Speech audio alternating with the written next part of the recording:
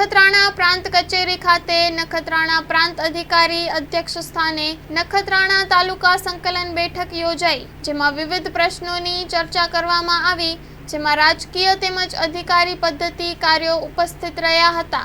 Story report by Pankaj Kabira, Nakhatrana. આજે તાલુકા સંકલનમાં મીટિંગમાં પ્રાંત અધિકારી સાહેબ, ટીટીઓ સાહેબ, મામલતદાર સાહેબ અને તેમજ અમારા ચૂંટાયેલા ન્યાય સમિતિ ચેરમેન, તાલુકા પંચાયત પ્રમુખ અને તમામ અધિકારીને મીટિંગ હતી।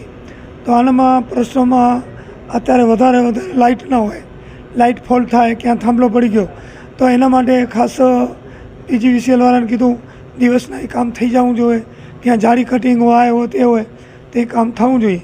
તેના પછી પાણીના અમુક જગ્યાએ જે પાણી લાઈનો તૂટેલી હોય વરસાદને લીધે, તો એ પાણી દોરું પાણી એનામાં ન જાય, તાત્કાલિક એનું લાઈનો સંધાઈ જાય।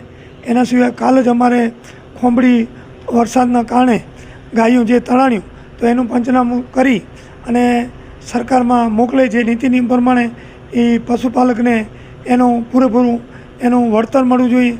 એના સિવાય જે બિયારણ છે એ બિયારણ ટાઈમ ટુ ટાઈમ આવી જાય અને ગ્રામસેવક દ્વારા જે ખેડૂતોની અરજીઓ કરેલી હોય એને જે મળતું હોય એ એને મળી જવું જોઈએ।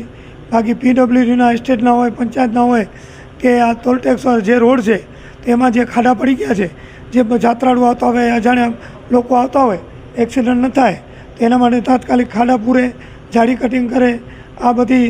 અને આરોગ્યમાં જે ગામમાં પાણી ભરાતા હોય, દવાખાના હોય કે આપણે શું કહેવાય કે પ્રાથમિક શાળા હોય, આંગણવાડી હોય, એના દવાનો છંટકાવ હોય, તો એ બધું થઈ જવું જોઈએ। એના માટે આજે આ બધી ચર્ચા જુદી જુદી કરેલી।